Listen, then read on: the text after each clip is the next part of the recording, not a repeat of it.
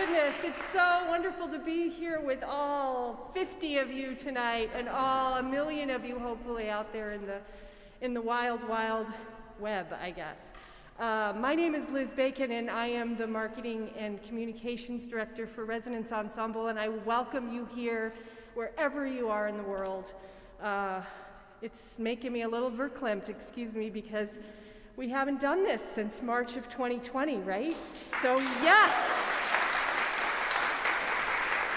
Thank you for being vaccinated. Thank you for being willing to show us your vaccination cards. And thank you to Saramon House, who is housing us here tonight for this incredible concert. I want to make sure to thank especially Will Patton and Paul Ward and our lovely Joe Ruth for being so accommodating to us. If you don't know about Saramon House, how many people have never been here before? Well, welcome. We really are glad you. Please don't be a stranger. They have lots of things going on and more as the world opens up a little more. They're housing Oregon Children's Theater for rehearsals and performances. They have yoga here and exercise of other kinds. Please check them out. When you had that QR code that we forced you to do instead of a printed program, there's also links for other things, including Saramon House. They really need your support right now, so if you have it in your pocketbook to help them as well, please consider donating to Saramon House. Our community partners tonight are, gosh, I am so weepy, I'm so sorry. Operation Night Watch. They are an organization that is really dear to our hearts. We got to know them when we were looking for folks in this community that are helping the houseless neighbors that we have, and there's so many, and that makes us really grateful. What makes Operation Night Watch special is that they are there when the sun goes down and most organizations have to close. They have a hot pot of coffee and a conversation and service for folks that need it. Also consider helping them. There's a link to tell you more about their organization, and we are so grateful that they were willing to be partners with us tonight. And with that, I'd like to talk about Resonance Ensemble. We are doing what we're calling Resonance Ensemble's Access Project. It's an initiative that will allow for folks who aren't feeling quite safe enough or willing or able to come live to always be able to access our music and art through the internet. So we are playing and paying. We are providing live stream that is quality, and so that when you're at home on your couch or however you access your virtual concerts, it's just as hopefully as beautiful and lovely as it is live. Please consider donating to Resonance. We can't do it without you. I'm the guy that has to ask for all the money, and I know you didn't come here to hear me, so I will stop talking soon, but please consider when you're looking through our program, there are people that do support us, and we want you to see them and help us thank them as well. And maybe consider adding yourself to that list. Tonight, we are going to be welcoming our singers back, and one of those singers is usually our artistic director and conductor, but tonight she's a soprano in our choir, because we also have with us our guest conductor for this evening from LA and Tonality Choir, Dr. Alexander Lloyd Blake. So without further ado, friends, please help me welcome Resonance Ensemble, conducted by Dr. Alexander Lloyd Blake.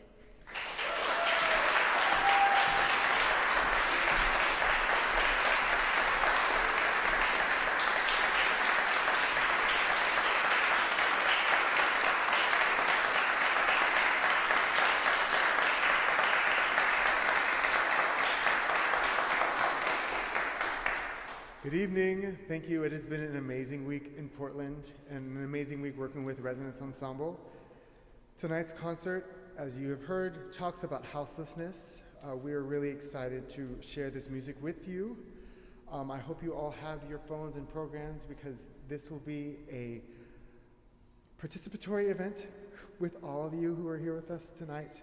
We've had really important conversations about what this means, how we all have been affected in our personal lives with people in our community around these issues, and the conversations around the music and stories that we're telling tonight. So I appreciate your time being here with us and being a part of this conversation with us as we begin. So thank you.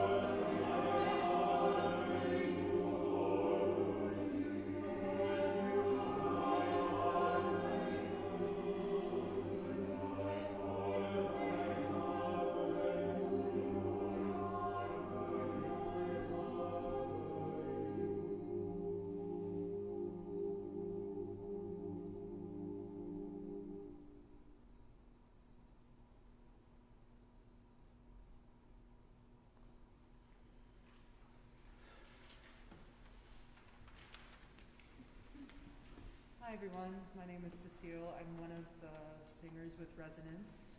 Been with the group since about March. Alexander was kind enough to let me share some words about this next piece. It's a piece that is filled with words that are full of love and also words that are full of hate. And every time we have sung this piece, I've struggled to get through it. And if there's anything that I want to offer today, I have the faces of people that I've known throughout my life from basically all continents. But if there's anything I can offer today, it's just to offer a reminder of the people behind the conversation and of their humanity. Thank you.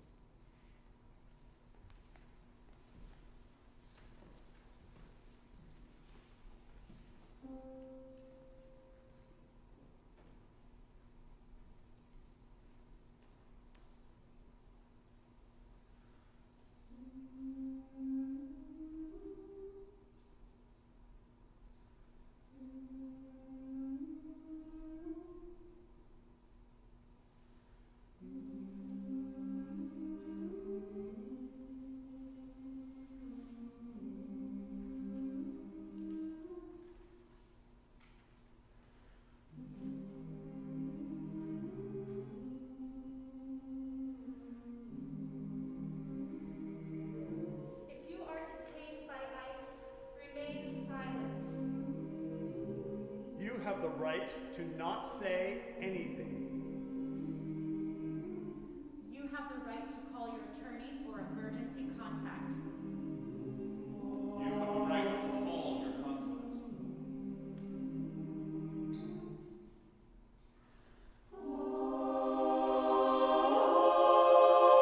You have the right to find out your alien number. Todos tenemos estos derechos. Todos tenemos estos derechos.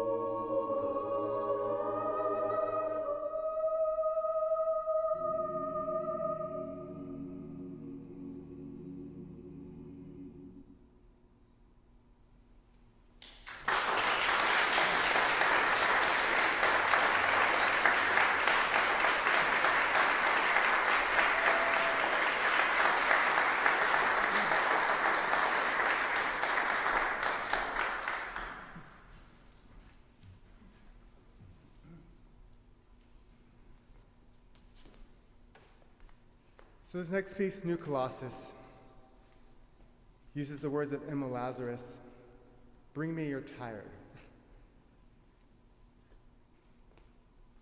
And I think about, in my own experience, the people that I know, the numerous people, the friends that I've gone to school with and I work with and I sing with and perform with and that I live with in my community, who have struggled to be able to live out that statement, "Bring me, you're tired, you're hungry, you're poor, yearning to breathe free."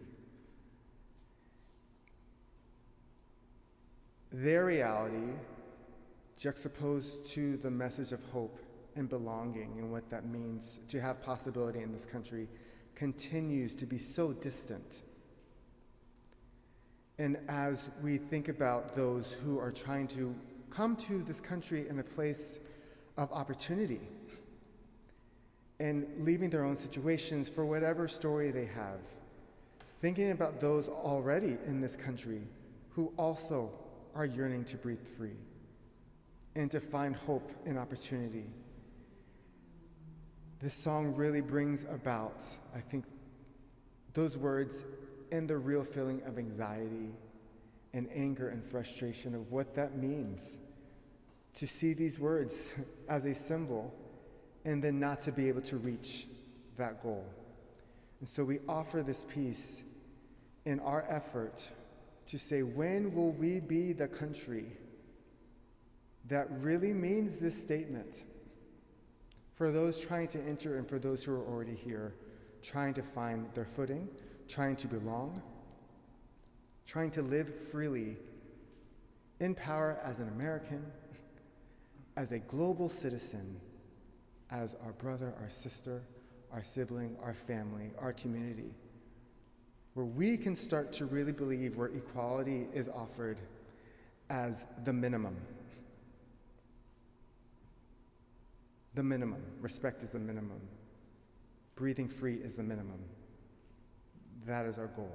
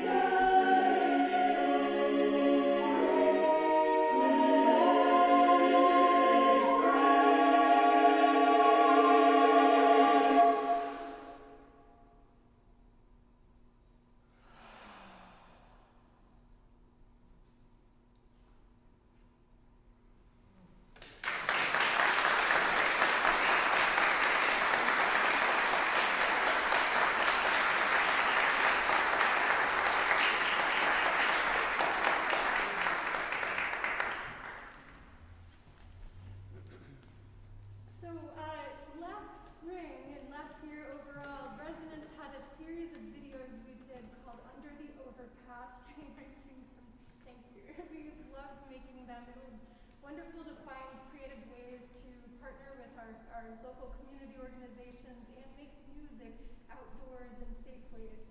And one of the organizations we were really fortunate to connect with was the Emmanuel Displaced Persons Association 2, or EDPA 2, and I really encourage you to check them all out. They shared with us some of their experiences and some of their hopes and dreams and re-envisioning for North and Northeast Portland. They are descendants and survivors of the City of Portland's decision through eminent domain to destroy the entire Albina district that was once the home of a thriving Black community here in Portland. And it was torn up, demolished in order to make way for an expansion of Emmanuel Hospital that never actually was added on. And so much of our Black community was then scattered around the area and not able to have the kinds of supports and community experience that they had had in that thriving neighborhood. So I encourage you to check that out, and also check out Sanctuaries, the opera by DeReau Grant, and the excerpt from the text from that wonderful opera that the Oregon Poet Laureate Anis Mojani did on our Under the Overpass video. And especially to find out ways you can get involved, thinking about ways we can help rebuild our community here in Portland in ways that are equitable, in ways that value the rich history of many communities, and especially our Black community and their displacement that they've experienced.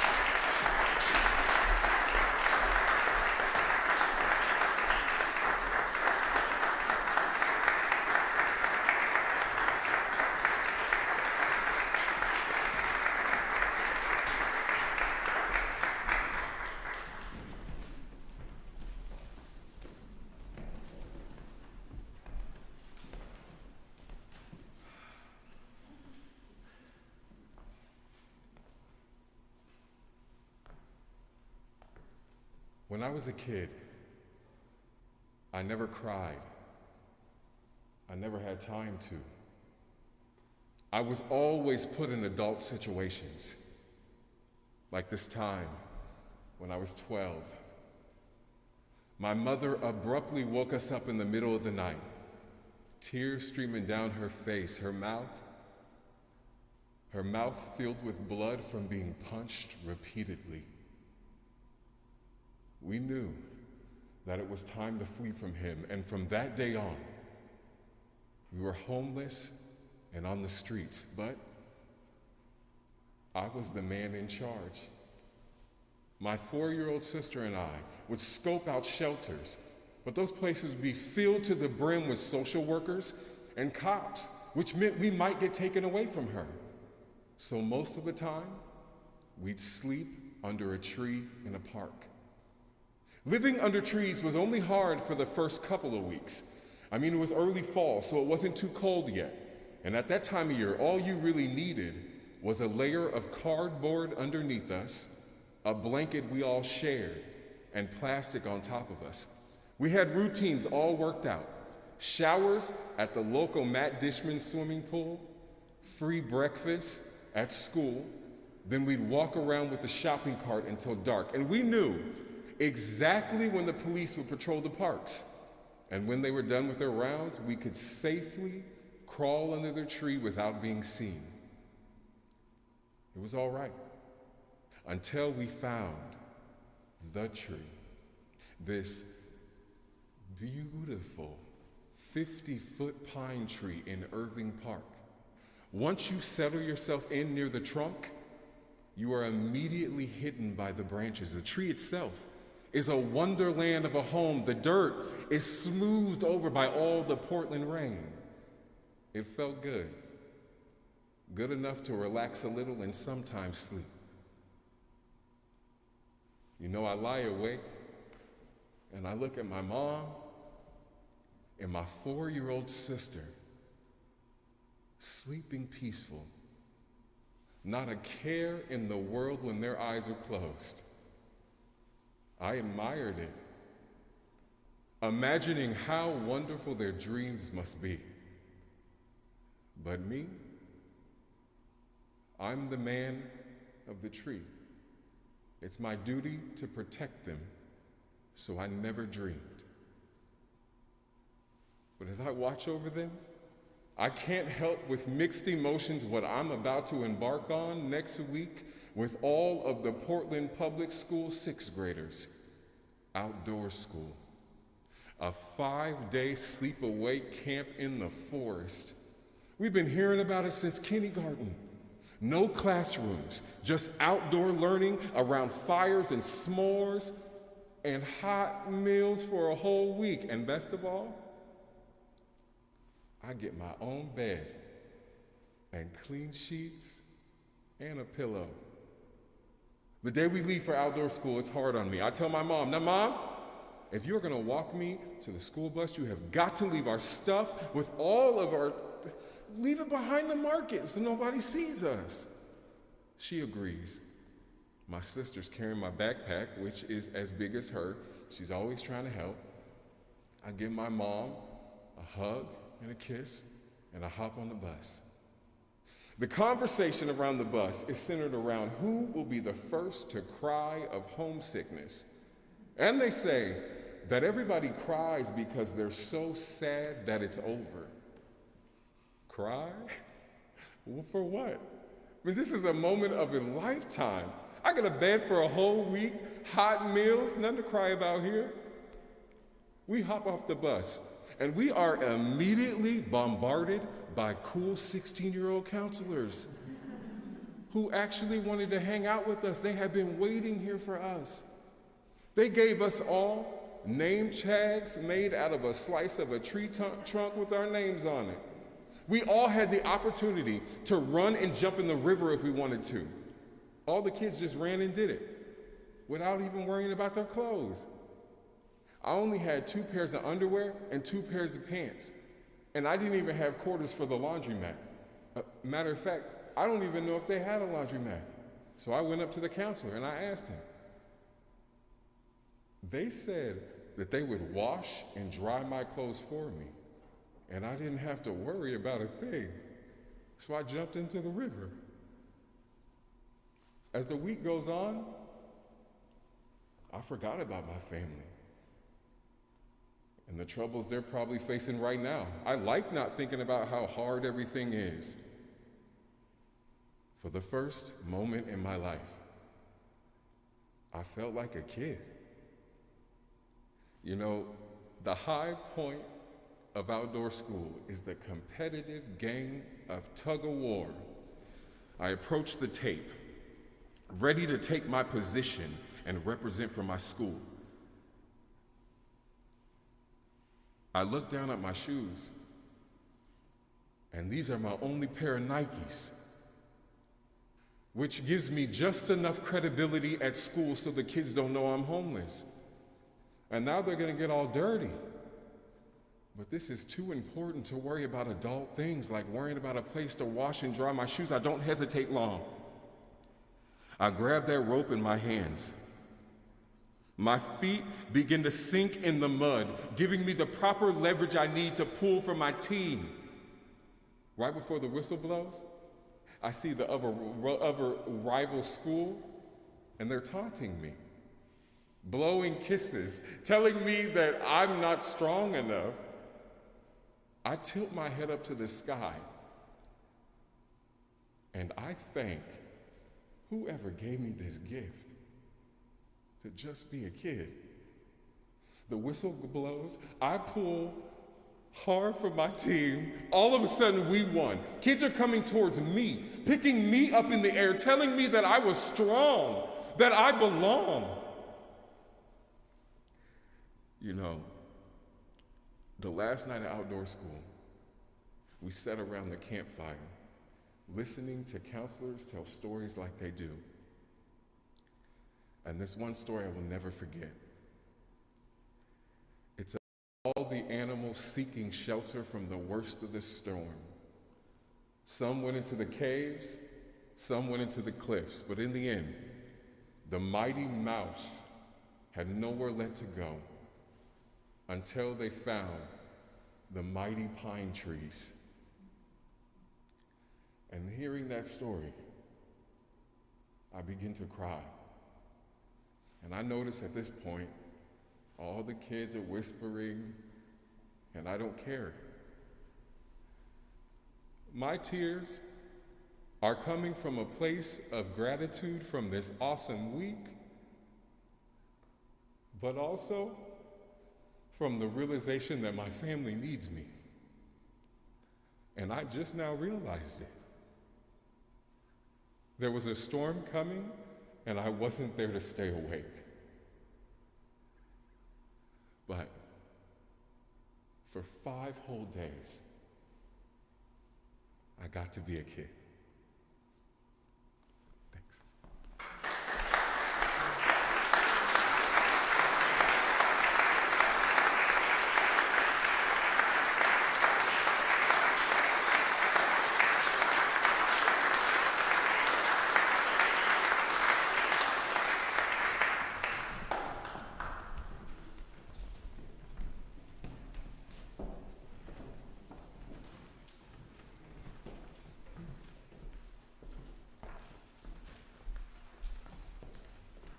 So this is part of the concert that is one of my favorites. As we talk about community, as we talk about being here for each other, we get to show that in a musical way. So this next piece is called Take What You Need. We have our lovely leader here, Vakare, who will be giving you all some cues. She will be singing some lines, and the sopranos will be singing with you. And so we ask that you all sing with us. And so it'll be pretty easy. She'll say a line, I'll help to lead, we will be singing with you.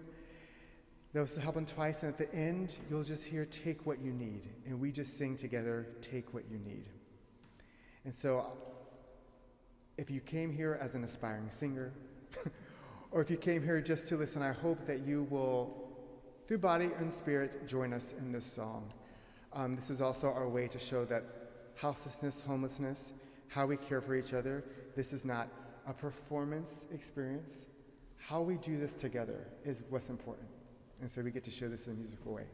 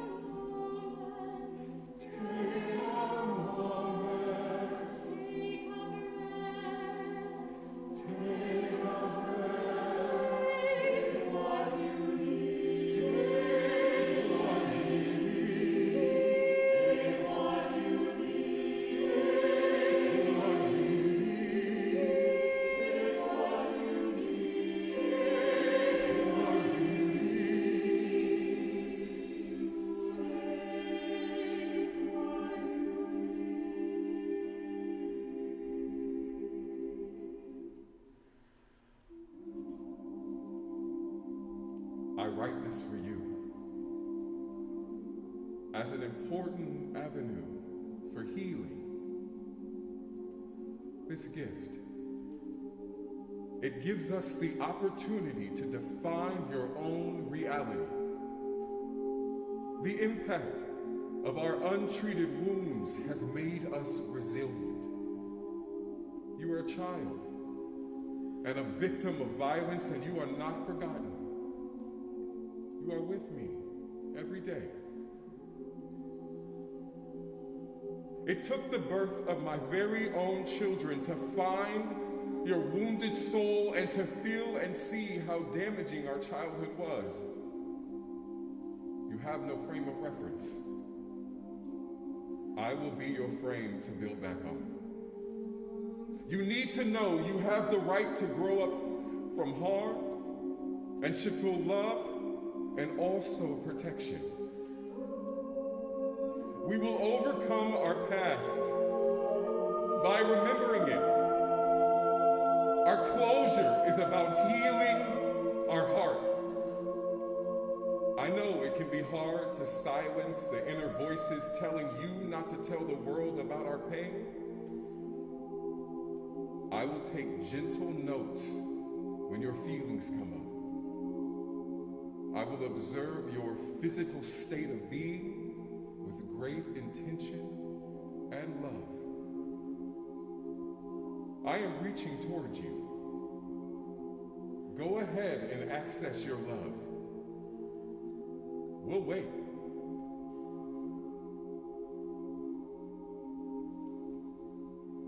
It's time to create a different ending to this old story. And with that new ending, we'll have a lot more possibilities available to us. It's time to unpack us. It's time to find out who we truly are.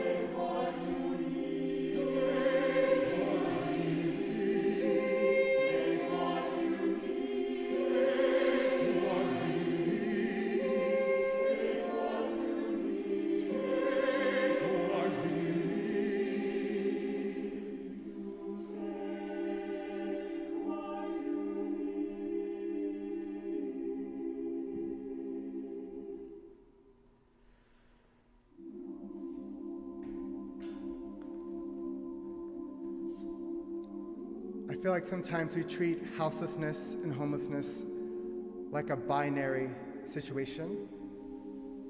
You either have a home and you have support, or you don't. And I think too many people are on the brink of one unfortunate scenario away from finding themselves in a situation of houselessness. When I graduated from my undergraduate program, and I had dreams of being a conductor, a musician, a singer, I had a very difficult time finding a job. And as I was getting ready for the next year, I really had to consider, do I move back home? Do I stay where I am? And I realized I could not follow my dreams if I went back home, but I did not have a job. And so I had really contemplated what I was going to do. And as we were going into the next month, where I was really considering not having a place to stay in North Carolina, I met this family who had an extra house, and they didn't know me.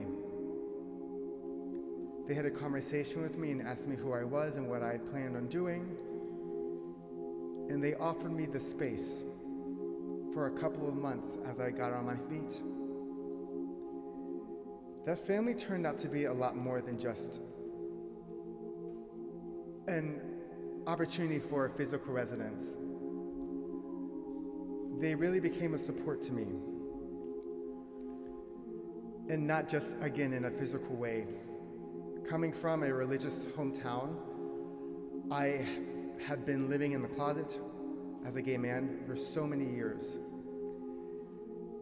And this family opened up their home and their hearts and allowed me to just be me. And so when I think about the phrase, take what you need, it's not just seeing people in their physical situation, but for the first time I felt like I was seen for all of who I am. And we might not all have an extra residence in this time, but how can we be home to those in our community? How can we be home to those in our families who are struggling? How can we be home to the people we see? A house is not the only way to show care and show support. And so as we sing together, Take What You Need, I ask that you hold those people in your hearts, the people that you've seen maybe in the street, the people that you've seen who need your support. We can be home. We as people can be home. We as a community, as a country, can be home to so many people. So as we sing this phrase, I ask that you really hold that with you and hold them with you.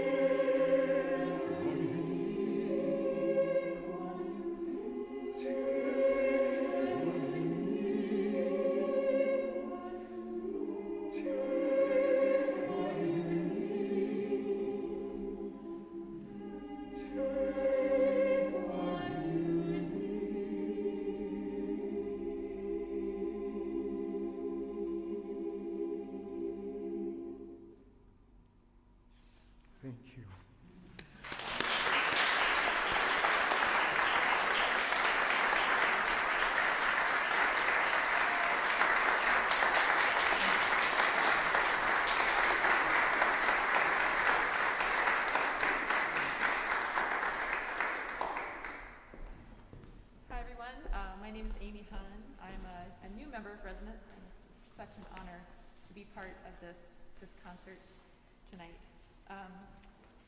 I actually wanted to share the perspective of a privileged person, and I'm sure that a lot of people in this room and watching this are kind of in my category of people who really care about social justice and all the issues that we're exploring tonight, but it's kind of an intellectual care.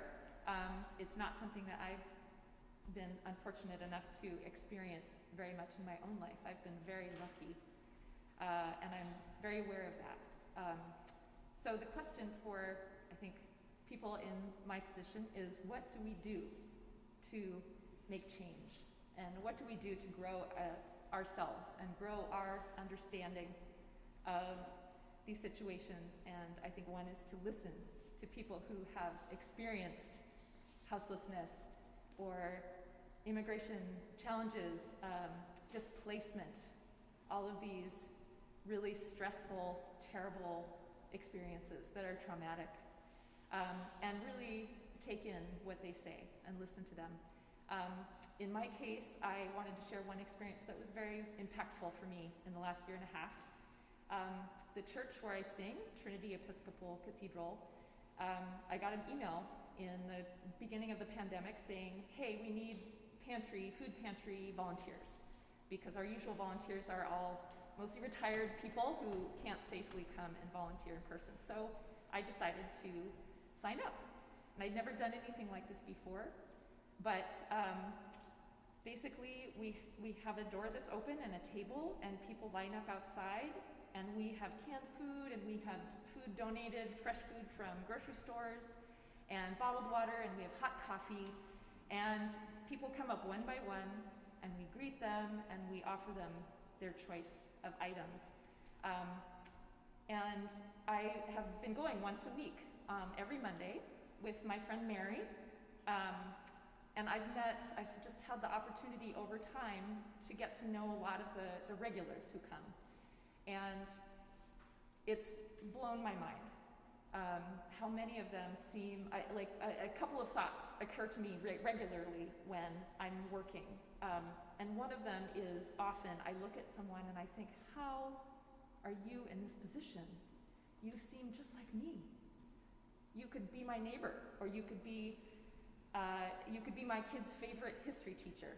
No problem. I would not, think that was weird at all. And so I think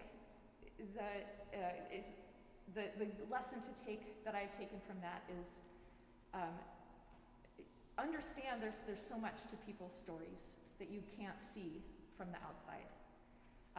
And it really helps to take the time to get to know them. Take the time. The other piece the other thought that has occurred to me a lot is we do see a lot of guests who come who clearly have mental illness and they're struggling with addiction. And I often, especially looking at young people who come, and they're thin, and they look unhealthy, and you can tell they've been sleeping outdoors. They don't have shoes, and they can't chew. They need soft food because their teeth are just destroyed. And I often look at our guests like that, and I think of my own children who are teenagers, and I think this person has a mother. This person once was a baby, someone's precious child. And so every week when I go, it's incredibly humbling for me to serve these people. And I feel that as someone who comes from a background of privilege and lives a very privileged life, it's a really important way that I've found to stay grounded and to see people with more empathy and really understand them. So I encourage, if you are in my position and kind of thinking, gosh, what could I do? I really care kind of intellectually about these issues. Take a risk and put yourself out there and get involved. It's really worth it. I mean, it's so worth it to me. I've benefited immensely from the experience, and I'm just humbled every time I go. So I wanted to encourage you all to think about that.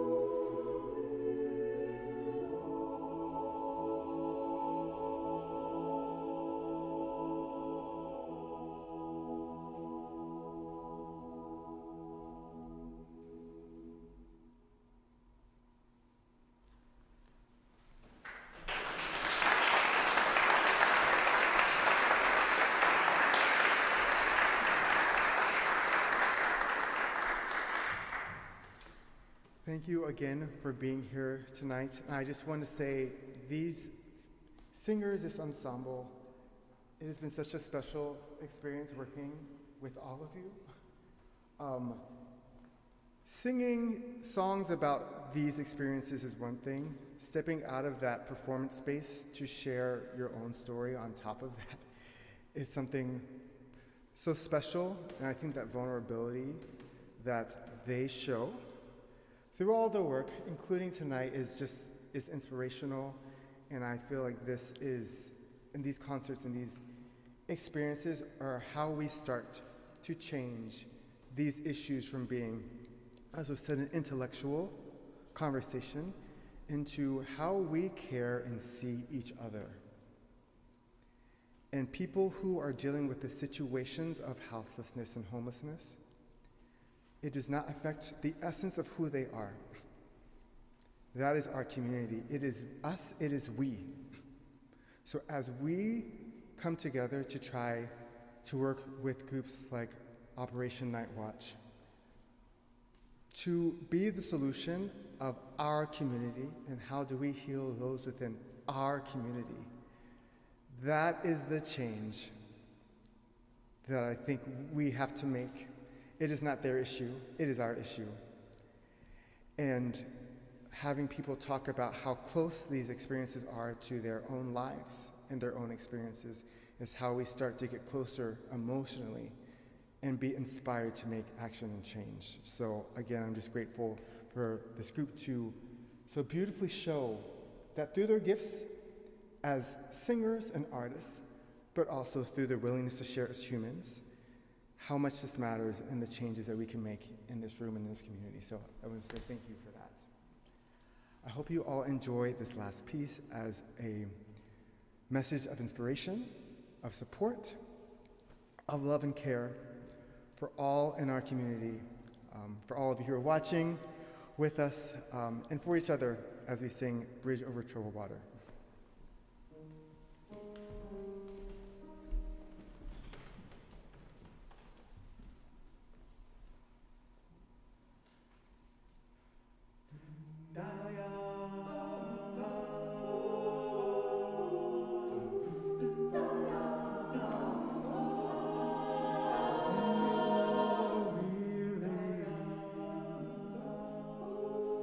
Feeling small.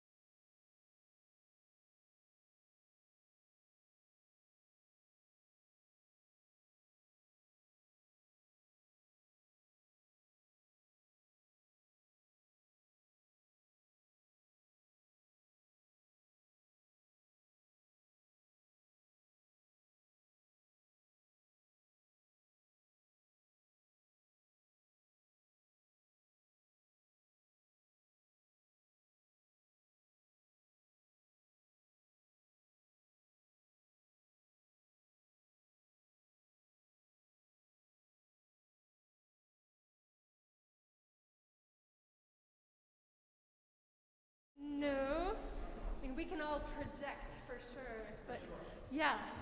Hello, hello? All right. Forget that. All right. Yes.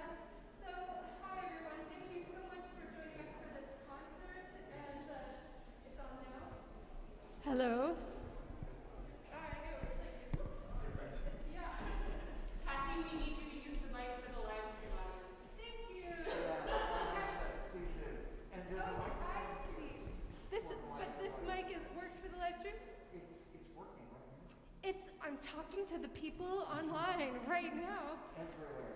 Well, awesome. So I'm projecting for the people here, and I'm mic'd for the people at home. That is very, very cool. So thank you all so much again for joining us. I'm Katherine FitzGibbon. I'm Artistic Director of Resonance Ensemble. It has been just the gift beyond gifts to have Alex with us this week and to learn from him and to grow from all of his teachings, and it's been musically and personally really inspiring. So thank you so much, Alex, for being here.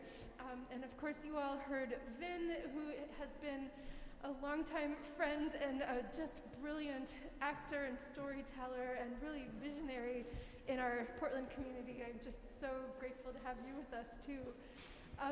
We were supposed to be joined tonight by someone from Operation Nightwatch, who unfortunately is ill and unable to join us. So we are here to say that Operation Nightwatch has been incredibly helpful, and they are proponents of what they call radical hospitality. And I love that idea that not only are they providing a place to stay and physical needs, food and heat and everything else, but also they provide mental health counseling. They really are kind of holistic in their approach to caring for our community. And so I just really want to share my appreciation for all of the important work that they do and urge you to check them out.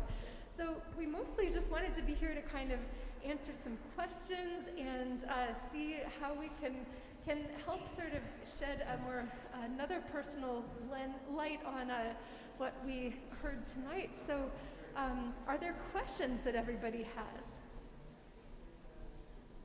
Yes, please. I have one. For a program of this length, obviously you had a lot of things to choose from. So I'm curious what your process was to select these pieces and maybe what hit the cutting room floor. Sure. Well, some of the pieces are definitely more direct than others. So to me, I think the music allows for us to kind of step into some of those braver spaces. I'm thinking specifically of Christian Larios' piece in this house and some of the text that's there. So for me, a couple considerations is really trying to work with organizations, the people who are directly involved in the action of the subject. So we're not just kind of, I would say haphazardly, programming concerts about things that we want to say, about issues that we are not the most informed in. Of course, we as conductors, we do our work, but there are people who do this day in and day out in any subject that I'd like to program on. And so that's kind of the first conversation. What are the stories and perspectives that we need to be highlighting? And then we curate programs around that. Another consideration for me is to make sure, especially in the choral field, sometimes we see a lot of one identity in terms of who is being presented in the music. And so I think the consideration is, how do we create a musical representation of, again, the whole community's voice being involved? And so that's, to me, when I think about and consider the composers who we can work with, to make sure that the diversity and representation is there as well. And then from there, just trying to choose pieces that I of course, all the musical things. That's beautiful. We get to do some contemporary, some pop-ish things, some really cool rhythmic, stuff, some very beautiful, I wouldn't say simplistic, but kind of more homophonic pieces. And of course, for me, a piece that involves the audience in singing, so fair warning for anyone who's listening. Every concert that I like to do, especially around these issues, are concerts that have sing-alongs. So I think that's kind of, those are the considerations first, and then in terms of like what falls away, I feel the more direct we get involved in these selections and these conversations, there aren't a whole lot of works that really speak directly to these issues. So I feel like a lot of times we are on the other end of, can we find pieces to speak about this perspective? Can we find pieces that reflect this story? And some of the composers, you know, have stories around these issues, and certainly these are things that are important to them. And then sometimes it's asking composers and working with composers to commission new pieces, which again is just an exciting way to kind of collaborate and say, this is a new opportunity. This is something that's not talked about often, but it's something we talk about amongst friends. So can we talk about it on the concert space? And so some of those pieces have been created for those reasons. So it's been a kind of beautiful process. Every concert kind of creates, you could say challenge, I would say opportunity, to find pieces or to create them to make these concerts happen. Yes, thank you. Other questions? While you think about it, I have a question for Vin. As a performer, I'm thinking about sharing something that is deeply personal and vulnerable and true for you, and also sharing it with the world so generously, and imagining that these are very tender places that you're sharing. How do you feel that you are able to share your story and protect the part of yourself that needs protection and be so open at the same time? Therapy. No. No, I mean, I think for me it's been a journey. I was the actor, artist who would never tell my story and was ashamed of it, and I just never did. And I was constantly working for people, being that actor and artist, until I actually got a therapist. And I did this thing called EMDR, psychotherapy. And for the first time in my life, I saw my little self. I actually saw myself. And my therapist at the time said, what would you like to do? And I said, I don't know. I would love to hug him. And I think that was the moment for me to realize that for so long in my life, I never actually realized that I was enough. And my sisters and so I think that's been our journey, that's been my journey. And also when I'm in these places and I hear, you know, people say that they're not in this situation, and I am a living proof of homelessness, violence, anything you can name it. And I'm still here. I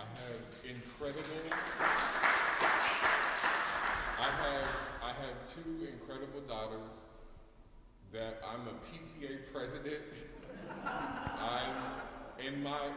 And to be honest, my whole goal now is to just be present. Because for so long, I wasn't present in the situations.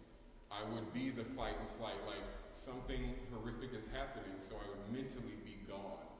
And now, I don't have to do that. I can be safe. I can tell myself that I'm enough. So all the time I think it's an ongoing process. And now I've had young people hear my stories and say, I'm homeless right now. Like, I'm dealing with it. My mom has been beat all the time. And I think for the first time I realized that these stories are important, and it's not just about me. I'm almost a conduit. And so now any opportunity that I have, it's time to be open and vulnerable and de-escalate masculinity and all that stuff that people think. But we can be vulnerable as well. Yeah, thank you. Other questions?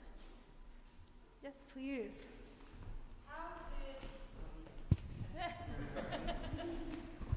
Passing the mic. How did Resonance Ensemble develop a relationship with a conductor from Southern California?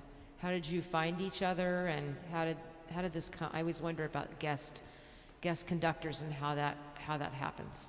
Yay, well, kismet, right? But I've been an admirer of Alex's work for a long time, and he's been a real force in the choral profession for social change, and we've talked about how Resonance and Tonality share really their mission and this commitment to amazing musical experiences and partnerships that are fostering real social change and commissioning new works you mentioned also. So I feel like both of our groups have been commissioning works that then the other group can perform and that sort of thing. So there's been some really wonderful sort of synergy, I suppose.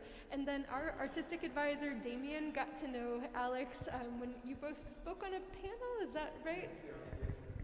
A couple of panels throughout COVID, especially around the awareness of social justice. After George Floyd was murdered, a lot more people were having conversations, and so a couple of us musicians who had been doing this work got to meet in that time.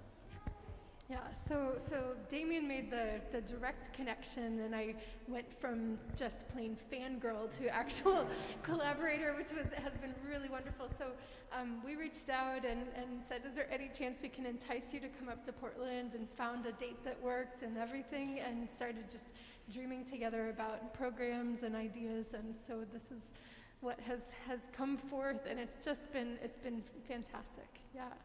And selfishly, I got to sing. I was very excited. So, yeah. Oh.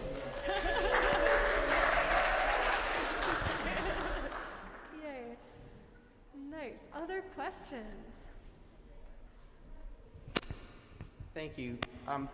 About the choreography, there wasn't a lot, but the one piece ended tonight with some members of the ensemble taking leave. Can you talk about how those decisions get made, and that piece in particular and that move?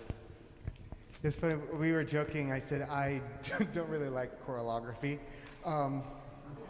but as you know, listening to the piece, and Ted Hearn's music is really powerful, but listening to how the piece works, and just kind of what it sounds like if you were to close your eyes, that last phrase, "Oh mother is leaving me behind," it kind of starts to disintegrate. And I feel like any emotions we do should serve the music and serve the message. And to me, I think if you kind of close your eyes and you think about that phrase, it's like there's like remnants of it still here, and then some of it's moving away. And I thought, you know, as much as we are here to hear music, we are a visual bunch of people. And so to be able to depict that kind of sound in a physical and visual way, I think just allows more avenues to understand and to empathize. You know, the mention that we're talking about, you know, that's a thing that people remember, because it's also not something that happens. You usually don't have a lot of people leave in the middle of a performance, unless we're, you know, in the middle of The Sound of Music or something. But I think it really does help to bring, you know, just another aspect of what it means. It's leaving me behind, and you have these people standing here alone, and it's uncomfortable. And I think we see that discomfort, and we share in it, especially if we've performed before. And yeah, it just really kind of makes you, I think, double back on what were they saying? What does that mean? What does that feel like? And so when it happens, I think hopefully the goal is to, whatever emotions we do, just further help to align with the words that we're saying.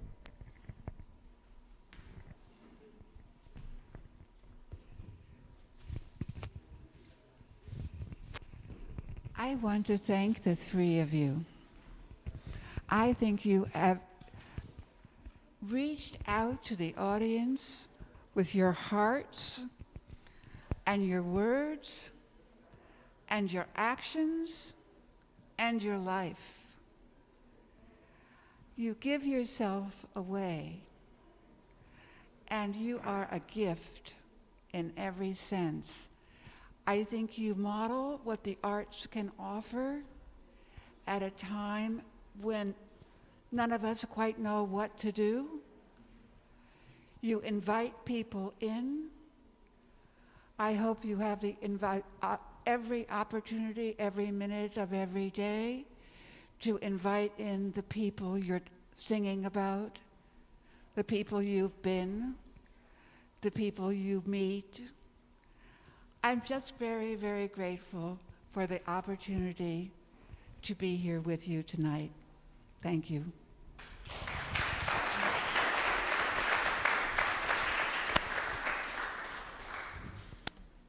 Thank you so much. That's why we're here. I mean, that does feel like what we hope the arts will be able to do, and that I loved what Vin said about being a vessel. I feel like that's why we're here. I love that. Thank you for sharing that. So my name is Will, and I'm on the board here at Saramon House. And again, to echo what was just said, as a representative of Saramon House and of Portland, I just want to thank the three of you. Saramon House was founded, and the vision was about creating a safe space for the arts and artists to share their stories. So what a perfect way to come out of a pandemic and to have the three of you do that. So that's a comment. Second comment is for Vin. So as an Oregonian, I went to outdoor school as well. And it was absolutely exciting and tremendous and a great memory, but a very different experience from what you had. My son is one of those 16-year-old counselors, mixed race kid, and I'm going to go tell him that story. And that's so fantastic that he might have that opportunity to inject some of that love and care, the cleaning of the clothes for someone that doesn't have that. And my last thing is a question for you, Vin. So as daughters, have they been able to go to outdoor school? And what's their experience been like? Yeah, well, my daughters are 7 and 5. Yes, yeah. But you know, it's interesting. They know all daddy's stories, and they ask me every day, "Where's your daddy?" You know, and I haven't seen my father for 30 years, and I'm okay with that. But my daughters ask the question all the time, and they ask, like, you know, and speaking about outdoor school is one of the things that's what I learned about outdoor school without even realizing it is it was the first time that I was like, nature actually silenced me. I was out of the big city, Portland, but it talked about mental health. The nature, everything just, it washed me over. So that's something that I've been doing a lot with my girls, is talking to them about my experiences and what I faced. And you know, they don't face anything of what I faced, but it's important for them to know that they're privileged in a sense, even though they're mixed race. You know, they are privileged to be in the position of never worrying about what I worried about. So yeah, they will definitely be a counselor one day at outdoor school. Yeah, and I guess I'll say this, the story Outdoor School, I did it for the Moth about 6 years ago. And now the story is about to be a motion picture film that's being shot here in Portland in March. And there's gonna be a little Vin, and it's basically showing Portland in the 90s and the difference of where there are a bunch of black people here, and they were here and they're still here, and they've been displaced in different places, but it's showing that we've always been here and we're dealing with these things today. So yeah, I'm excited for you guys to see it.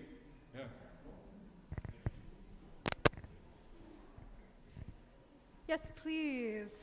How will we see it? How will they see it? It's produced by Portlandia, their people. So I mean, the goal is, I'm pretty sure it's going to be. There's a Portland premiere at Hollywood Theater, and I hope. I mean, the goal is it's a $4 million film. So hopefully, marketing they'll deal with all that. Yeah. Outdoor School, the feature film. Hey Ben, what's your website? If you go to that. BenChambry.com. That's me.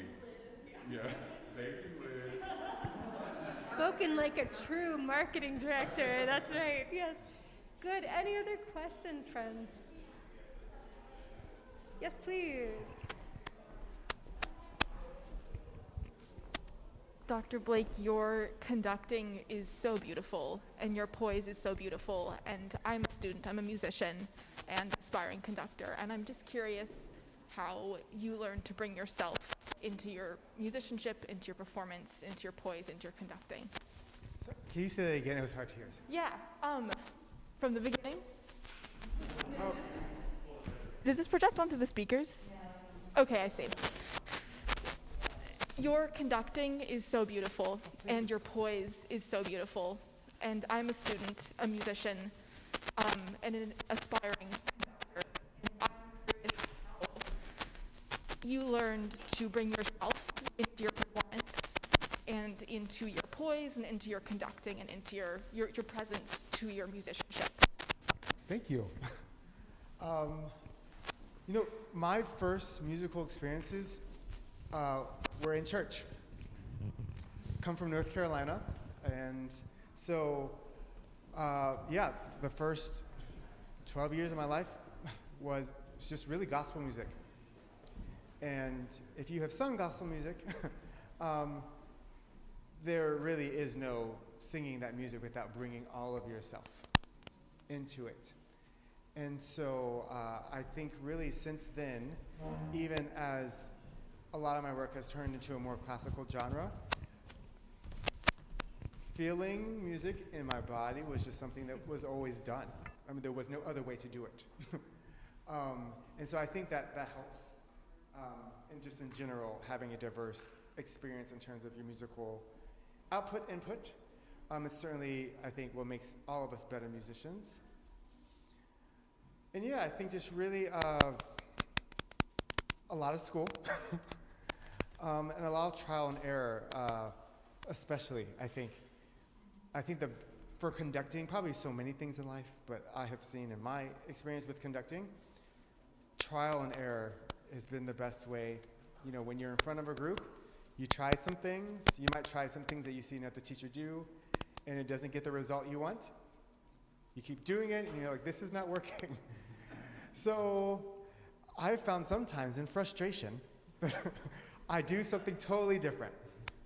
And then all of a sudden, I feel like people do respond to you in a musical sense. When I taught conducting at USC, it was kind of the same. I was like, people will respond to what you show them, whether you mean to show it or not. And so you hear something you like, and you realize just being more aware about your body. And even tonight, it was funny, I saw some singers kind of like, you know, adjusting the shoulders, and then I reminded me, like, you need to relax your shoulders.